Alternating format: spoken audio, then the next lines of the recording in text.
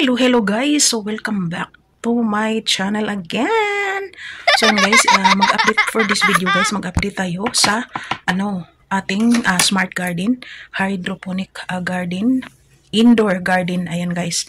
So pagkita ko sa inyo guys, ang gaano nakahaba yung ating tomato. Ayan, ang haba na ng ating tomato guys. Oh my god, 3 weeks pa lang to siya. Namumulaklak na. Pakita ko sa inyo guys. Okay. So ito guys, ito na ang ating kamatis or tomatoes. Ayan. Kung tingnan nyo guys, ayan ang roller oh. Yang isang roller at kalahati na, 1 roller and a half. Oh, 'di ba? 1 roller and a half na siya guys. My god. Ang bilis. Kanina hindi pa yun siya pumunta sa ilaw. Ngayon, oh my god, na na. At saka ito yung bulaklak guys oh. Yan ang bulaklak niya. Ayan, nakita nyo guys, yan. Yan ang bulaklak niya guys oh. Oh my god, namumulaklak na. Bulaklak na siya. Ganyan kabilis ang tubo nila. Ito may bulaklak na din oh. Yan, may bulaklak na din.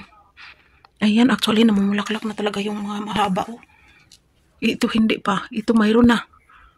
Yan, mayroon na. Oh my gulay. So yan guys, yan ang aming tomato. 3 weeks pa lang yan. 3 weeks pa lang siya guys. Yan, wala pang man, pero 1 and a half roller na yung niya, talampakan ng ang tubo niya guys. Ayan. So yan ang ating tomato. Pakita ko sa inyo ang guys. So ito yung ilalim oh. Yan ang ilalim niya. Makita ninyo yung mga roots niya guys. Ayan. And then tingnan niyo, pakita ko sa inyo guys ang ang lettuce natin. So yun guys, ito yung lettuce natin guys sa isang hydroponic ngayon at automatic siyang mag-off yung yung ilaw. Kasi siya siniset ng on and off. So as you can see, ito na yung niya, leaves ng pwede na siya kukunan para isalad siya guys, sandwich. Ayan. So 'di ba? Ang laki oh. Ayan guys. Oh my god, ang ganda ng dahon niya guys. Tingnan niyo guys, oh, super pretty. It's walang bugs ito kasi indoor siya. Pwede kainin diretso. Pwede na siguro i-rinse muna pero ayan, siguro may mga alikabok ng konti. Pero tingnan niyo guys, super delicious yung tubo niya. My god.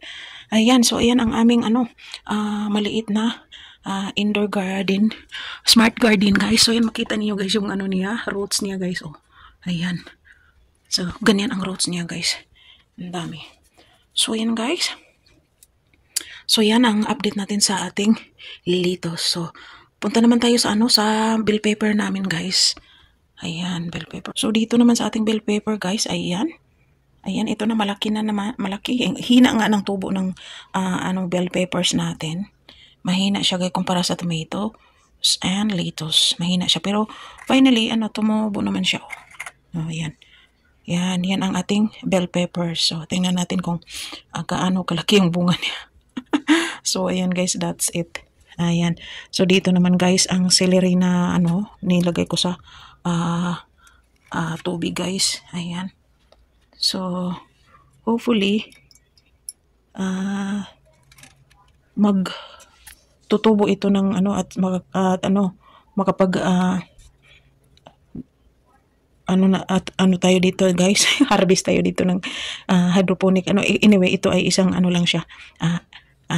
Ba yan? Wala lang ba, invento lang guys.